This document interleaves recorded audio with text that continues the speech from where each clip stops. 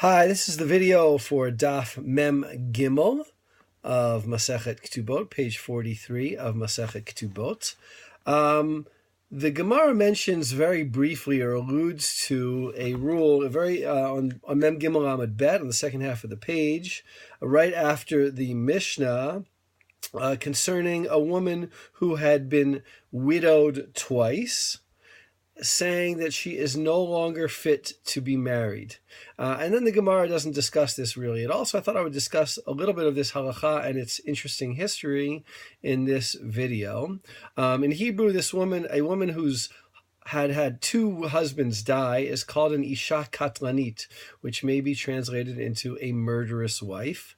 And they believed that basically if she had multiple husbands die, there was a debate over whether it was two or three, that somehow she was causing their deaths and therefore she should not be remarried. Now, this is a folk belief that is found not just in Jewish texts, but is found in other texts as well.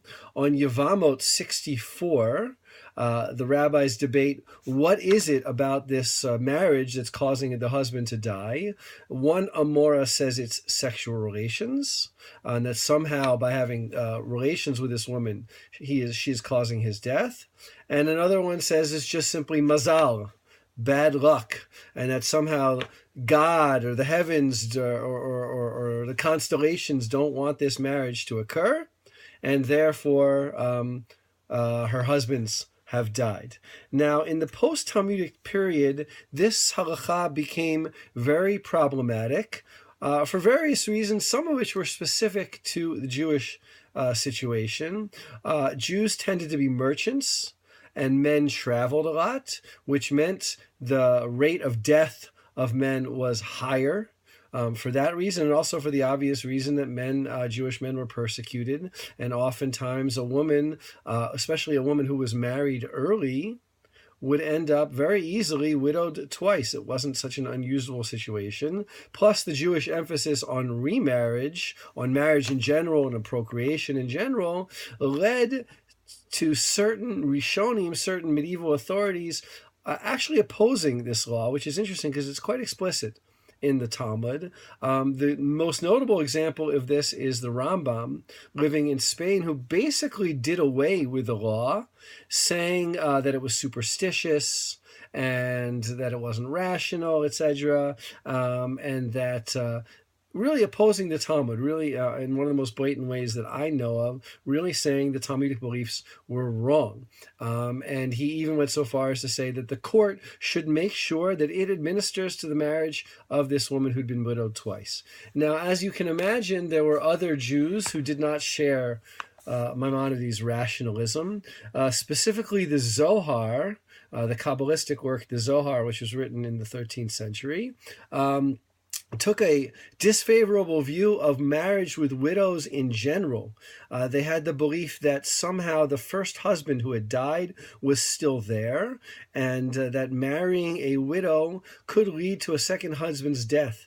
In other words, even one time being a widow, the Zohar had a staunch opposition to marrying widows, and all the more so a two-time widow. And that had heavy influence in Germany and in Ashkenaz and other places in German lands, where they were heavily influenced both by the superstitious beliefs of the Zohar and in general by the Kabbalistic literature.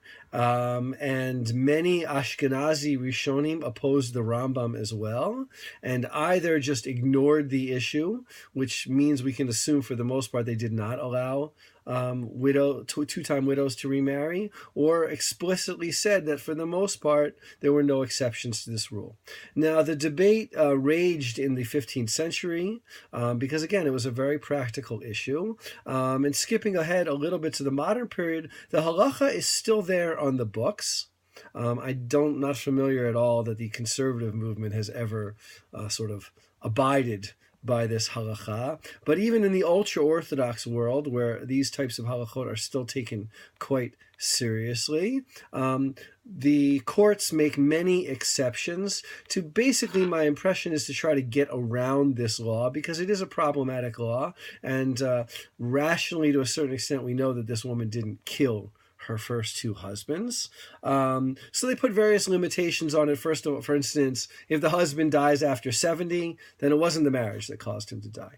If the husband dies of an accident, then clearly it wasn't the marriage that caused him to die. If he dies of a disease or of some kind of disease that he had, a communicable disease, or a hereditary disease that he had before marriage, then it's also clear that the husband did not die as a result of the marriage because he had that disease before the marriage. So as you can see, the halacha remains in the books, at least in the ultra-Orthodox community, but because it was so problematic and really opposed to Jewish values, other Jewish values, many Rishonim tried to, and Achronim, later halachic authorities, tried to work around the law as best as possible.